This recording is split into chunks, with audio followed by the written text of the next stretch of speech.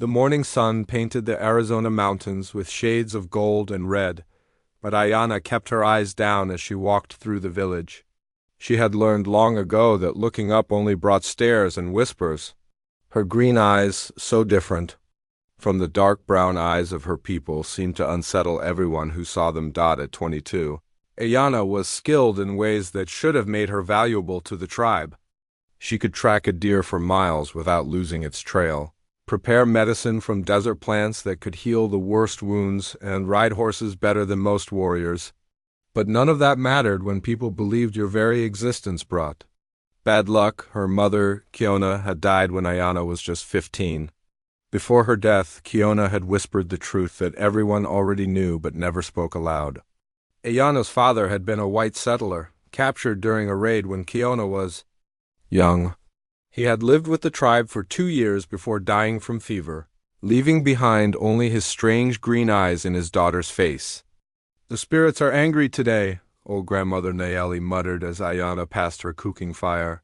"I can feel it in the wind." Ayana pretended not to hear, but her heart grew heavier. Lately, it seemed like everything that went wrong in the village was somehow connected to her presence. When the hunting party returned empty-handed last week, some blamed her for crossing their path that morning. When little Chenoa fell from her horse and broke her arm, people remembered seeing Ayana near the horses just hours before. She made her way to the edge of the village where her small shelter sat apart from the others. It had always been this way, ever since her mother died. The tribal council had allowed her to stay, but made it clear she was not truly welcome among them. Ayana began her daily tasks, collecting water from the stream and tending to the few possessions she owned. Her horse, Dakota, was her only true companion. The black stallion had been born the same year as her and seemed to understand her loneliness. When she whispered to him in the Apache tongue, he would nick her softly and nuzzle her shoulder with his velvet nose. As the day wore on, she noticed more activity than usual in the village center. Warriors were gathering, their faces serious and their voices low. Something was happening, and from the way people kept glancing in her direction, she suspected it involved her. The truth came at sunset. Chief Nolnish himself walked to her shelter, flanked by 3 tribal elders. Their expressions were stone cold, and Ayana felt her stomach twist with fear. "Ayana, daughter of Kiona," the chief began, his voice carrying the weight of final judgment. "The council has spoken." She stood slowly, her hands trembling despite her efforts to remain calm. "What have I done, chief?" "3 days ago you walked past the sacred grinding stones at dawn," Elder Bidzil said, his weathered face hard as granite. "That same day young Akawa's fever worsened and she nearly died. Yesterday you were seen near the water source just before it began to run. Muddy?" another elder added. "Now our main spring gives us dirty water." Ayana shook her head. "These things have nothing to do with me.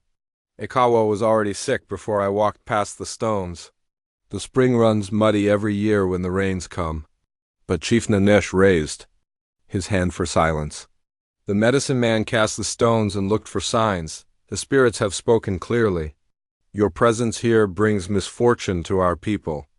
Your mixed blood and strange eyes mark you as one who walks between worlds, never fully belonging to either." The words hit her like physical blows. She had always known this day might come, but hearing it spoken aloud made it feel like her heart was being torn from her chest. "You will leave before the sun rises again," the chief continued. "Take only what you can carry on your horse. You are banished from our lands and may never return." Ayana looked around desperately, hoping to see even one face that might show sympathy or doubt about this decision. But the villagers who had gathered to watch kept their distance, their eyes filled with fear and relief. Even some she had helped heal over the years looked away when she met their gaze. "Please," she whispered, though she knew it was useless. "I have nowhere to go. This is the only home I have ever known." "That is not our concern anymore," Elder Bidzil replied coldly.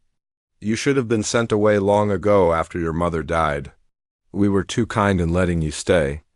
As the council members walked away, Ayana sank to her knees beside her shelter. The weight of her situation crashed over her like a flash flood in the desert. She was truly alone now, with no family, no friends, and soon no home. That night, she packed her few belongings by moonlight. Her mother's medicine bundle, wrapped in soft deerskin. A sharp knife her mother had taught her to use for preparing healing herbs. A worn blanket that had covered her since childhood. Some dried meat and pine nuts that would last only a few days. Her bow and a quiver of arrows she had made herself. Dakota seemed to sense her distress. The horse stood quietly while she tied her supplies to his back, occasionally waffling softly against her hair as if trying to comfort her before dawn broke. Ayana led Dakota away from the only village she had ever known. She did not look back, though tears streamed down her cheeks. Behind her, she could hear the village beginning to wake up for another day. A day that would go on without her as if she had never existed. The desert stretched endlessly in all directions, vast and unforgiving. She had no idea where to go or how she would survive. White settlements would never accept an Apache woman, especially one traveling alone. Other Apache tribes might kill her on sight. Seeing her as an enemy or a threat. As the sun climbed higher, painting the sky in brilliant shades of orange and pink, Ayana pointed Dakota toward the distant mountains. Somewhere out there, she would have to find a way to build a new life. She had her horse, her skills, and her determination to survive. It would have to be enough. The morning wind picked up, carrying the scent of sage and creosote bush. For the first time since the council had pronounced her fate, Ayana lifted her green eyes to the horizon. She was alone, banished, and afraid. But she was also free from the constant weight of disapproval and fear. Whatever lay ahead could not be worse than spending her life as an unwanted reminder of the past. With a gentle touch of her heels, she urged Dakota into a steady walk toward the unknown, carrying nothing but hope that somewhere in this vast wilderness, she might finally find a place where she belonged. For 3 days, Ayana and Dakota traveled deeper into the desert wilderness. The sun beat down mercilessly during the day, and the nights brought a bone-chilling cold that made her wrap her blanket tight around her shoulders. Water was becoming scarce, and she knew she needed to find a permanent place to rest soon. On the 4th morning, as she guided Dakota up a rocky slope, she spotted something that made her heart leap with hope. Hidden between 2 towering red cliffs was a narrow opening, barely wide enough for a horse to pass through. Something about it called to her, and she decided to investigate. The passage opened into a small canyon, completely hidden from the outside world. A natural spring bubbled up from the rocks at one end, creating a tiny stream that supported a patch of green grass and a few desert willows. The canyon walls rose high on all sides, providing shelter from wind and protection from anyone who might be searching for her. "This is it, Dakota," she whispered, sliding down from her horse's back. "This will be our home." The black stallion snorted softly and immediately walked to the spring to drink the clear, cold water. Ayana knelt beside the stream and cupped the precious liquid in her hands, tasting it carefully.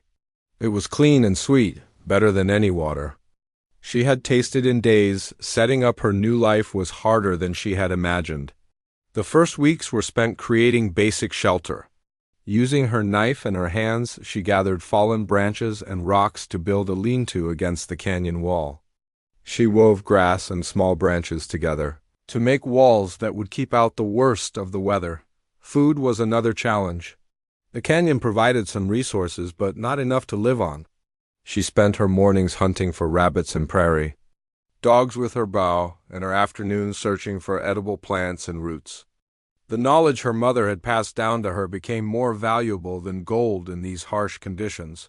She learned to set snares near the water source, where animals came to drink. Patient waiting taught her which times of day brought the most success.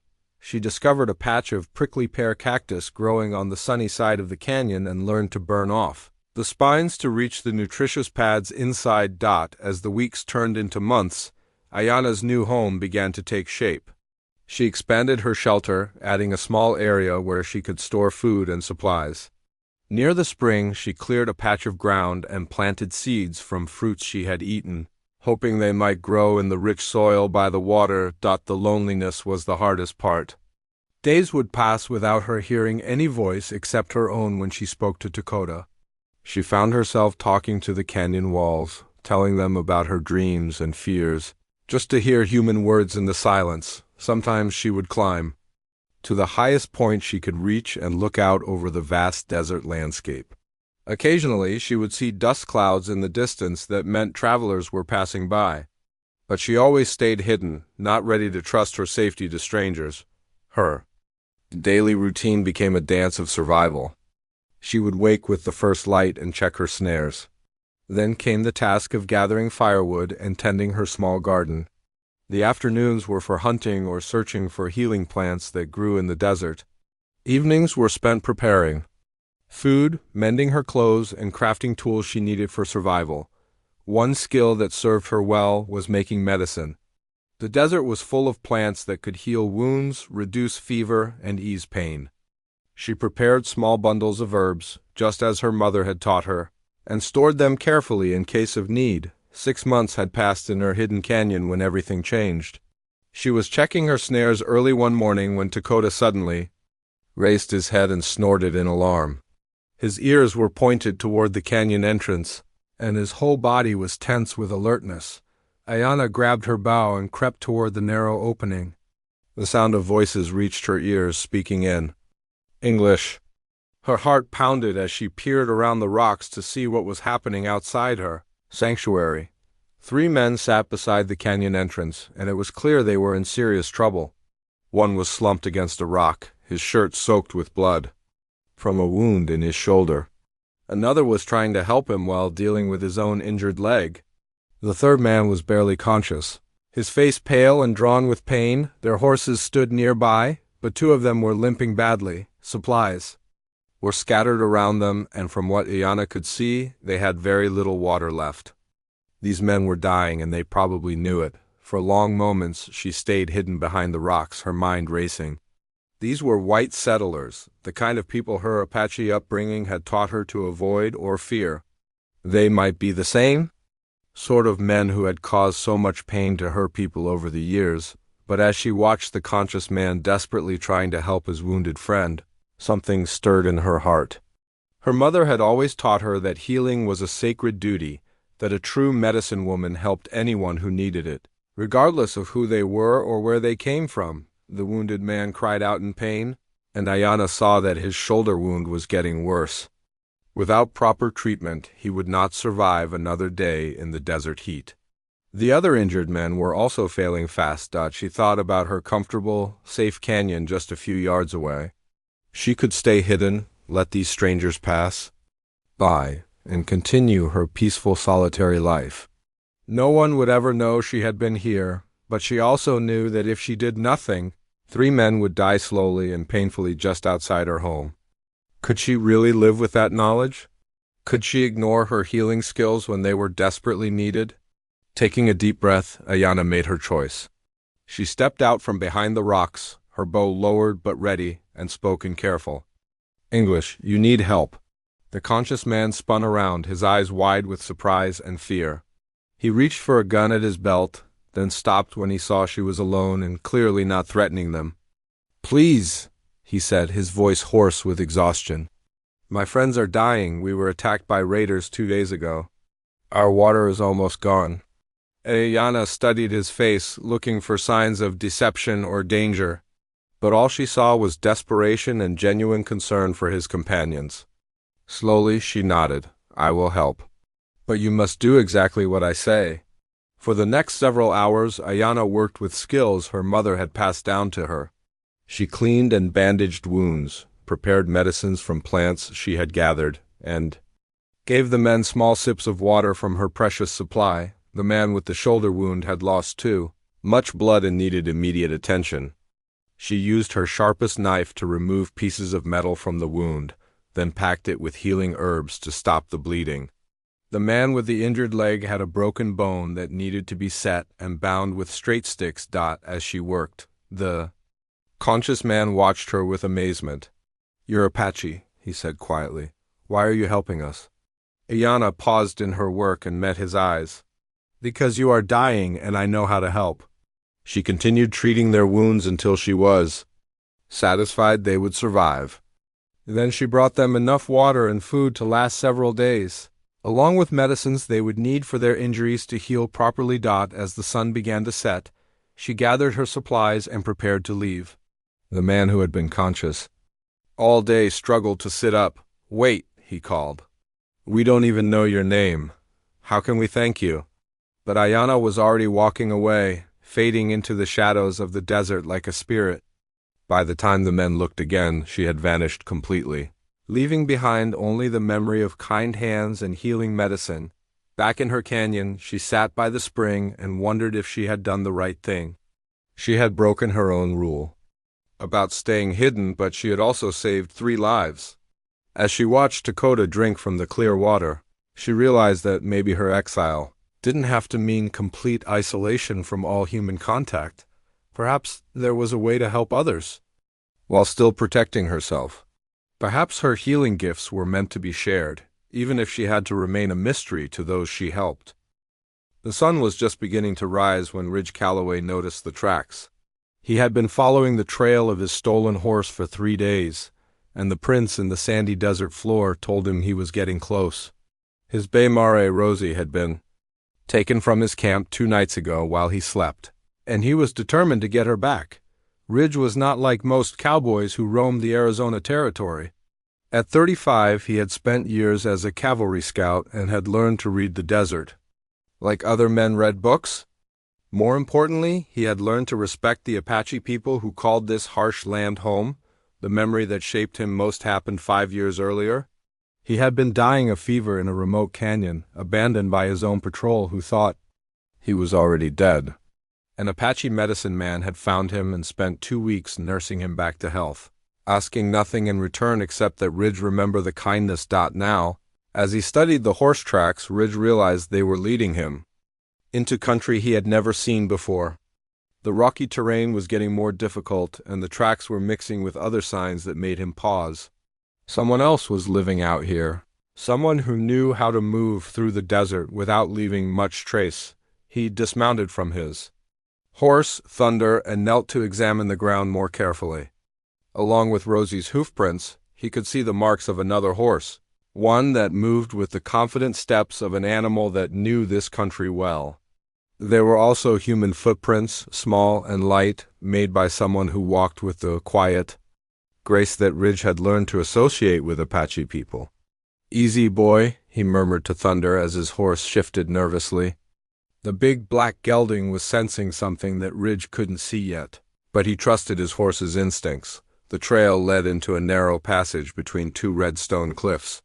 Ridge hesitated at the entrance, knowing that going in meant he might be walking into a trap. But Rosie was all he had left of his father, and he couldn't give up on her now. The passage was so narrow that Thunder's sides almost brushed the rock walls. Ridge kept one hand on his rifle, but he didn't draw it. Something told him that whoever lived in this place would know he was coming long before he saw them. When the passage opened into Nian, Ridge stopped and stared. It was like finding a secret garden in the middle of the desert. A small stream ran along one side, supporting green grass and even a few trees.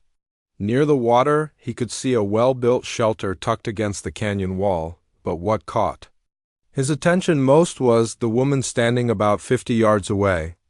An arrow pointed directly at his chest. She was Apache, that much was clear from her clothing and the way she held herself. But her eyes were the most unusual green he had ever seen, and her skin was lighter than most Apache women he had known. She stood perfectly still, her bow drawn and ready, obviously prepared to kill him if he made one wrong move. Ridge slowly raised both hands, showing he meant no harm. "I'm looking for my horse," he called out in English, then repeated the same words in the broken Apache he had learned from his medicine man friend. The woman didn't lower her bow, but he saw surprise flicker across her face when he spoke her language. She studied him for what felt like hours but was probably only minutes, her green eyes taking in every detail of his appearance and equipment. Finally she spoke, her English clear but accented. "Your horse is not here." Ridge nodded toward a spot near her shelter where he could clearly see Rosie grazing peacefully next to a black stallion. "That bay mare there looks exactly like mine." Same white star on her forehead, same scar on her left front leg. The woman glanced back at the horses, then returned her attention to him. The horse came here alone, injured. I helped her. I'm grateful for that, Ridge said carefully. But she's all I have left of my family. I need her back. For another long moment, they stared at each other across the canyon floor. Ridge could see the woman weighing her options, deciding whether to trust him or put an arrow through his heart. He stayed perfectly still, letting her make the choice. Slowly, she lowered her bow, though she kept the arrow ready. You may take the horse, but then you must leave and never return. Ridge nodded and walked slowly toward Rosie, talking to her in the gentle voice she knew. The Murray whickered with pleasure when she saw him and nuzzled his shoulder affectionately. As he checked her over for injuries, he noticed that someone had carefully cleaned and bandaged a cut on her leg. You took good care of her, he said to the woman who was watching from a safe distance. Thank you. She didn't respond, but he could see she was waiting for him to take his horse and leave. Instead, Ridge reached into his saddlebags and pulled out a small cloth pouch.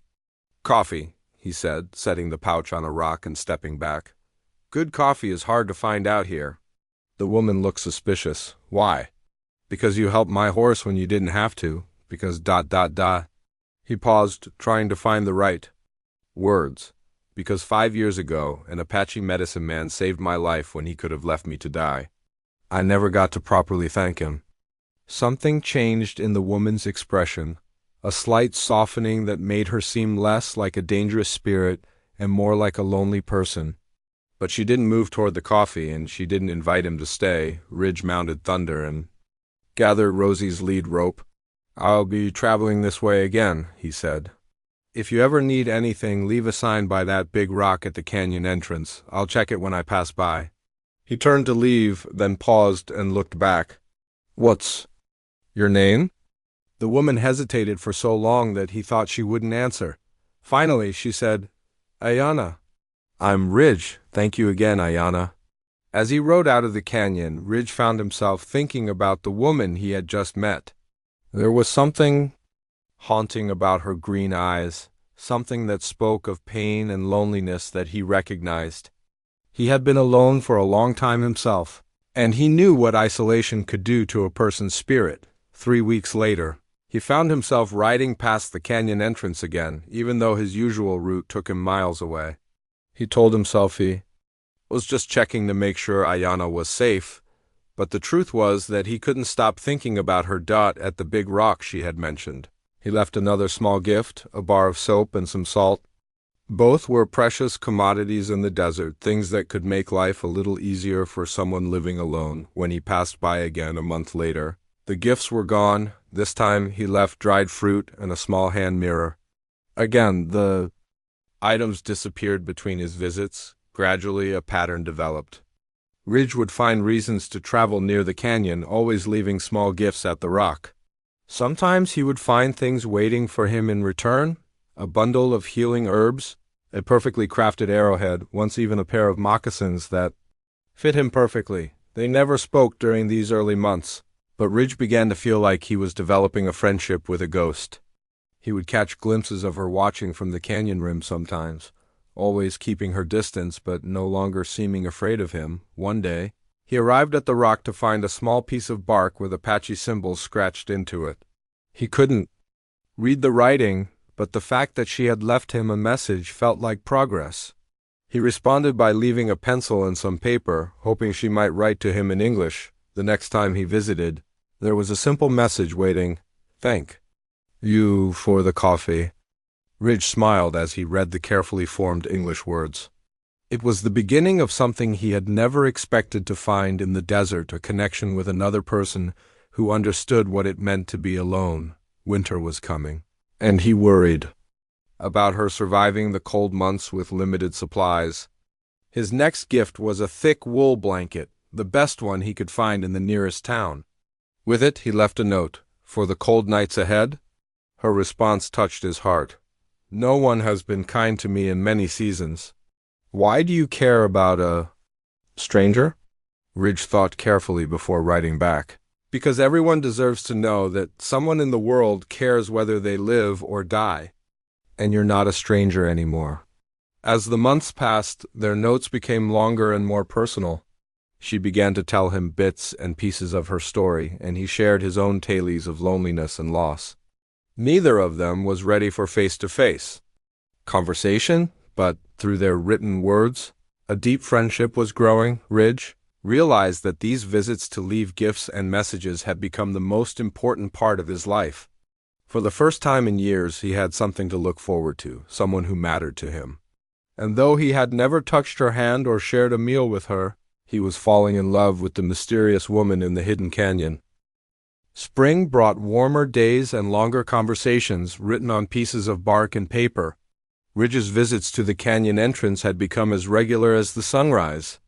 What started as simple gift exchanges had grown into something deeper through their written words. Ayanna found herself looking forward to his messages more than she wanted to admit. His letters told her about the world beyond her canyon, about the towns growing larger and the railroad pushing west. He wrote about his childhood on a small ranch, how he had learned to read the stars from his Apache friend, and why he chose to live alone rather than settle down. In return, she shared pieces of her own story. She told him about her banishment, her mother's teachings about healing plants, and the loneliness that sometimes felt like a physical weight on her chest. She wrote about her daily life in the canyon, how she had learned to make soap from desert plants, and why Dakota was the best friend she had ever had. One warm afternoon in early summer, Ridge arrived at their usual meeting spot to find something different. Instead of a written message, there was a small bundle of food tied to a tree branch. Fresh rabbit meat, wild berries, and corn cakes that were still warm. As he untied the bundle, he heard a voice from above. "The food will spoil if you don't eat it soon." Ridge looked up to see Ayanna sitting on a ledge about 20 feet above him, her legs dangling over the edge like a child's. It was the first time they had spoken face-to-face since that first tense meeting months ago. "It smells wonderful," he called up to her. "Did you make the corn cakes yourself?" "My mother taught me the recipe before she died." Ayanna's voice was soft, but it carried clearly in the still desert air. She said food shared with a friend always tastes better. Ridge smiled at the word friend. "Would you join me?" "I have some coffee in my saddlebags." Good coffee, not the terrible stuff they serve in town. For a moment, he thought she would refuse. Then, with movements as graceful as a mountain cat, Ayanna climbed down from the ledge. She sat across from him, but close enough that they could share the meal properly. As they ate, Ridge noticed how her hands moved when she talked, and how her green eyes sparkled when she laughed at his stories about difficult horses and stubborn cattle. She was more beautiful than he had remembered, but it was her laughter that made his heart beat faster. "You're not what I expected when I first saw you," Ayanna said as they finished eating. "What did you expect?" "Most white men who come to the desert are running from something, or looking for something to take. But you. She paused, searching for the right words. "You move through this land like you belong here, like you understand it." Ridge nodded. "A wise Apache man once told me that the desert doesn't fight you if you don't fight it. I learned to listen instead of trying to conquer." And the afternoon stretched into evening, and for the first time in over a year, neither of them felt alone. When Ridge finally said he should go, Ayanna walked him to the canyon entrance. "Will you come back next week?" she asked, trying to sound casual. "If you want me to, I want you to." Their meetings became more frequent and more personal. Ridge would arrive in the late afternoon and stay until sunset, sharing meals and stories. Ayanna showed him her garden and taught him about desert plants that could heal or harm. Ridge shared his knowledge of tracking and taught her card games his father had played, one particularly hot July day. Ridge was later than usual arriving at the canyon. The sun was already setting when Ayanna heard Thunder's hoofbeats in the passage. But instead of Ridge's usual cheerful greeting, she heard the horse whinnying in distress. She ran toward the entrance and found Thunder standing alone, his reins trailing in the dust. There was no sign of Ridge anywhere. Ayanna's heart pounded as she grabbed her medicine bundle and followed Thunder back through the passage. The horse led her about a mile from the canyon to a spot where the desert floor was disturbed. Showing signs of a struggle, she found Ridge lying unconscious in the shade of a large boulder, his face pale and his breathing shallow. At first, she thought he had been attacked by raiders or wild animals. Then she saw the two small puncture wounds on his left leg, already swelling and turning dark, rattlesnake bite. And from the look of the wound, it had happened hours ago. Ayana had never treated a snake bite this serious, but she knew Ridge would die if she didn't try. Working quickly, she cut away his pants leg and examined the wound. The venom had already spread far up his leg, and his pulse was weak and irregular. Using her knife, she made small cuts around the bite to let the poisoned blood flow out. Then she applied a mixture of crushed herbs that her mother had taught her to use for venomous bites. It was a desperate gamble, but it was his only chance. Getting Ridge back to her canyon was the hardest thing Ayana had ever done. She couldn't lift his full weight, but she managed to get him onto Thunder's back, holding him steady as the gentle horse carried his master to safety. In her canyon, she made Ridge as comfortable as possible in her shelter. For the next 3 days and nights she barely slept. The snake venom made him delirious with fever, and she had to force water and medicine down his throat every few hours. She used every healing technique her mother had taught her. Cool cloths to bring down the fever, herbal teas to help his body fight the poison, and constant prayers to the spirits for his recovery. Sometimes Ridge would wake up enough to recognize her, but most of the time he was lost in fever dreams. On the 4th night, his fever finally broke. Ayana woke to find Ridge's eyes clear and focused on her face. "You saved my life," he whispered, his voice rough from days of illness. "You would have done the same for me," she replied, though tears of relief were streaming down her cheeks. Ridge tried to sit up but was still too weak. "How long have I been here?" 4 days. "You almost died, Ridge. The snake that bit you was a big one, and the venom had spread through your whole body." As Ridge slowly recovered over the next week, something changed between them. Ayana had to help him with everything: eating, drinking, even walking to the stream when he was strong enough. The forced closeness broke down the last barriers between them. They talked for hours about their dreams and fears. Ridge told her about the loneliness that had driven him to live as a wandering cowboy, never settling anywhere long enough to call it home. Ayana shared her deepest pain about being rejected by her own people for things she couldn't control. "I never thought I'd find someone who understood what it feels like to be an outsider," Ridge said one evening as they sat by the stream. "I never thought I'd find someone who would risk everything to be my friend," Ayana replied. Ridge reached for her hand and she didn't pull away. "Is that what we are, friends?" Ayana looked into his eyes and saw something that made her heart race. "I don't know what to call it. I've never felt this way before." "Neither have I," Ridge whispered, and slowly, carefully, he leaned forward to kiss her. When their lips met, it felt like coming home after a lifetime of wandering. All the loneliness, all the pain of being outcasts in their own worlds, melted away in that simple touch. "I love you, Ayana," Ridge said against her lips. "I know it's crazy, and I know the world won't understand, but I love you." "I love you too," she whispered back, and for the first time since her banishment, she felt truly complete. They held each other as the stars came out over their hidden canyon. Two hearts that had found their home in each other's arms. The desert wind whispered around them, carrying the promise of a future neither had dared to imagine. The weeks following Ridge's recovery were the happiest of Ayana's life. They worked together to improve the canyon, building a larger shelter that could house them both comfortably. Ridge used his knowledge of construction to reinforce the walls and create storage areas, while Ayana expanded her garden and gathered more healing plants for her medicine collection. In the mornings, they would hunt together, with Ridge learning Ayana's silent tracking methods and her teaching him which desert plants were safe to eat. Afternoons were spent working on their home or simply talking by the stream, sharing stories and dreams for their future. But as autumn approached, both of them knew they couldn't hide from the outside world forever. Ridge had responsibilities to fulfill, and there were people who would eventually come looking for him. The reality of their situation hit them. One crisp October morning when the sound of multiple horses echoed through the canyon passage.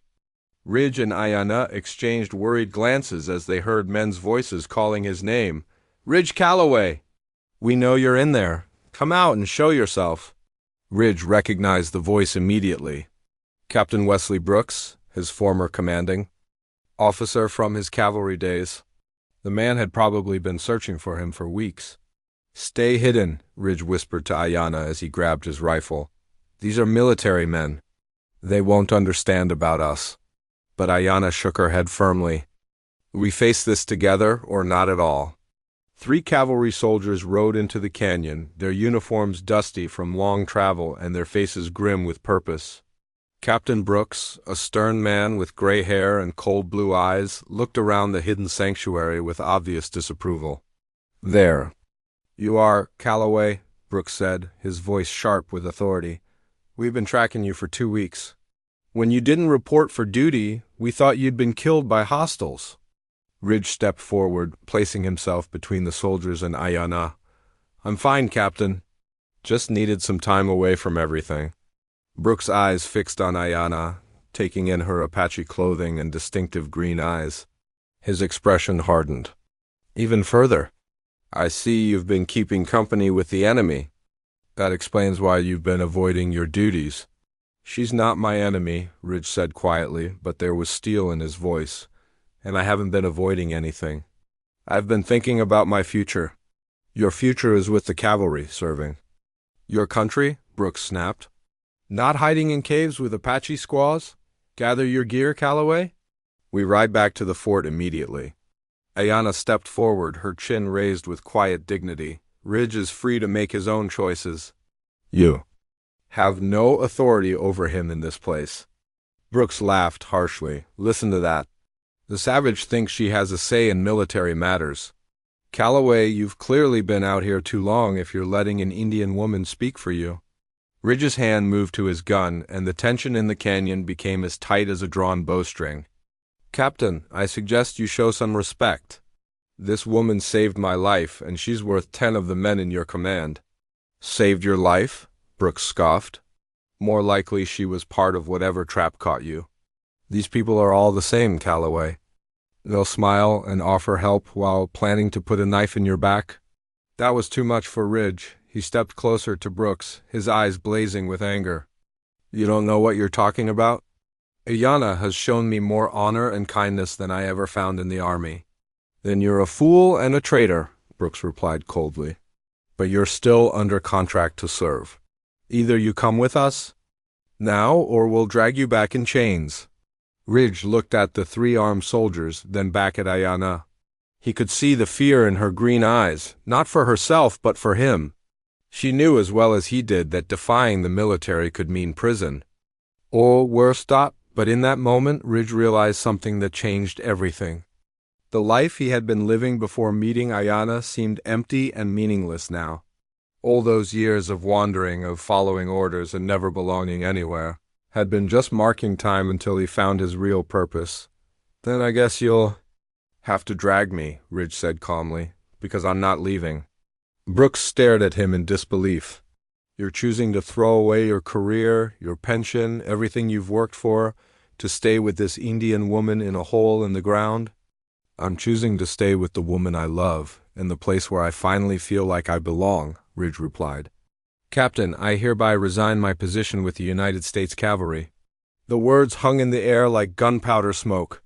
Brooks' face turned red with fury while his 2 soldiers shifted nervously in their saddles. "You can't resign in the middle of a contract, Calloway. That makes you a deserter." "Then mark me down as a deserter," Ridge said without flinching.